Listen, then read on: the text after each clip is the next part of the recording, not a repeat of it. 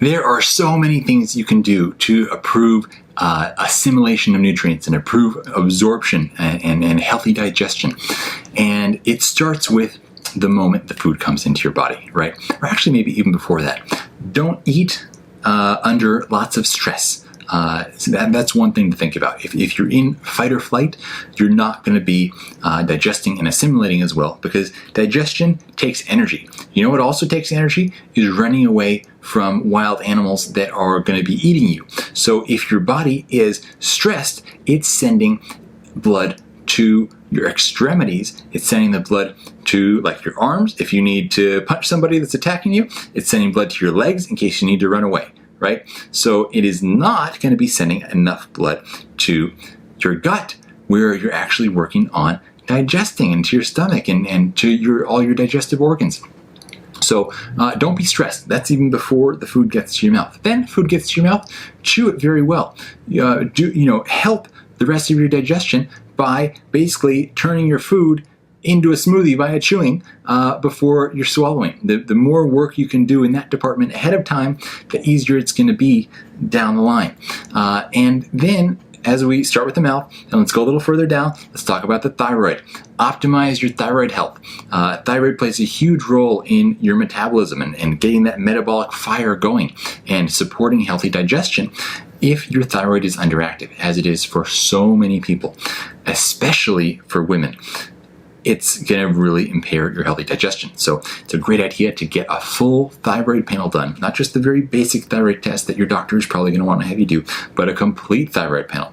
And I will put a swipe up link here to a whole video we have all about the thyroid, so you can delve into that a bit more. Or if you're watching this on YouTube, I'll put a link in the description.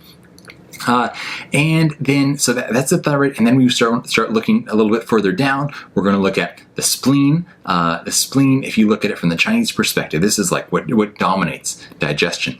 And so when we have somebody, for example, that's eating, has like a cold constitution and is eating a lot of like raw foods and develops this cold dampness, this is going to need, this is not going to be helpful for digestion. You end up with a lot of issues and bloating and poor absorption of nutrients and things of that nature.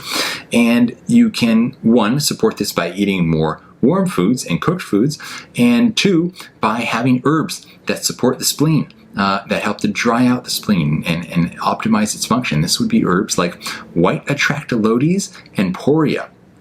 Two great things, really nice to add into your herbal protocol.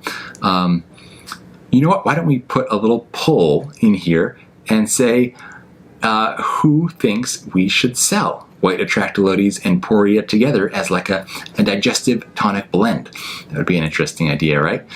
If you think we should do that and you would buy that, I want to hear about it. And then liver and gallbladder, another huge thing here. And you can, just generally support the liver through a lot of the liver supportive herbs. So things like reishi and schizandra. Those are two of the greats for the liver. You can also look at like milk thistle would be another example of a great liver tonic. And then taking digestive bitters. These are herbs that are known as bitters that they're bitter in flavor naturally, and you take them half an hour before you eat. You can look at a product, for example, like Bitter X from Quicksilver Scientific, and you just do a couple squirts of that before eating, and this gets your digestive juices going. It stimulates the liver and gallbladder to start secretion of bile. That's really going to help, especially breaking down fats and proteins. And so that's a great way to get the most out of what you're eating. And then a couple other supplements you can look at would be taking digestive enzymes. Ideally you're making tons of digestive enzymes and you're very healthy, but in most cases you're probably not. You can find this out by a stool test. You'll see what your digestive enzyme levels are like, but lots of people are not making enough, especially as you get older. Your digestive enzyme production generally declines. So you can take something like Digest Gold from Enzymedica. And then something in that same direction you can also look at would be, for example, Betaine Hcl. Again, as people age, they make less and less hydrochloric acid, which is one of the primary things that you're using to digest food. It's very easy, very inexpensive to take as a supplement. You just take it with the meal. You want to make sure you take it not if you forget to take it and then try to take it at the end, you have to have at least one bite of food afterwards to help push it down. Otherwise, it can get stuck too high up and can be harmful because it's quite acidic by nature. But that is a great thing to take. Then you can also have with your food, like, don't drink too much water because that's just going to dilute your digestive acids in there. But you can have a little bit with some apple cider vinegar is really supportive of digestion. Having fermented foods with your meal is a great way to go as well. Introduce some good bacteria into your gut. Also supplementing with probiotics. This is how we're going to create a healthy gut environment that's going to be optimally prepared to extract nutrition from your food. And then let's talk about a few things you should not do. Don't have SIBO. SIBO is small intestinal bacterial overgrowth that can cause real problems with nutrient absorption and can cause bloating and intestinal discomfort and lots of other things. If you're watching on Instagram, I'll put a swipe up. If you're on YouTube, link in the description to a video all about SIBO and the best ways to deal with that, and how to know if you may have it and how to test for it.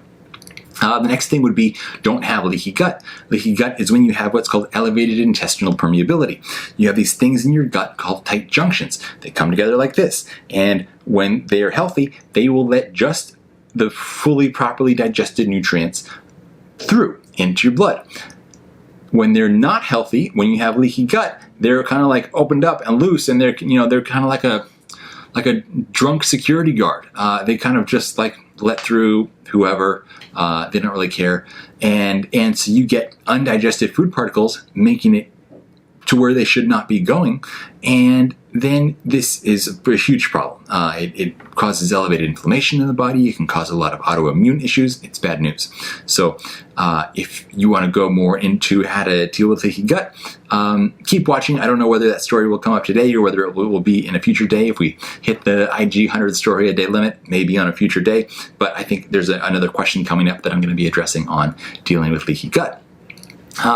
And then the last thing would be do not drink alkaline water. Alkaline water is not a good health strategy. It's a shortcut that maybe has some short-term benefits, but long-term it's a bad idea. Why? Because as you've probably gleaned from our discussion about this now so far, your digestive environment is meant to be acidic. You need these digestive acids to break down the food and extract nutrients for them. If you're drinking alkaline water, you're sending things in the wrong direction. You're diluting and negating these acids, and so you're impairing digestion and nutrient absorption, and probably also impairing stool elimination. So stay away from alkaline water. You're being having some alkaline forming foods, fine, it's great. Having lots of greens in your diet, wonderful. Doing breathing practices that help to alkalize the body, fantastic. Water is not the place to be adjusting your pH. So water, your water may be slightly alkaline, maybe slightly acidic. It's going to be somewhere around neutral, and just leave it in its happy place there, and your body in the long term will be grateful.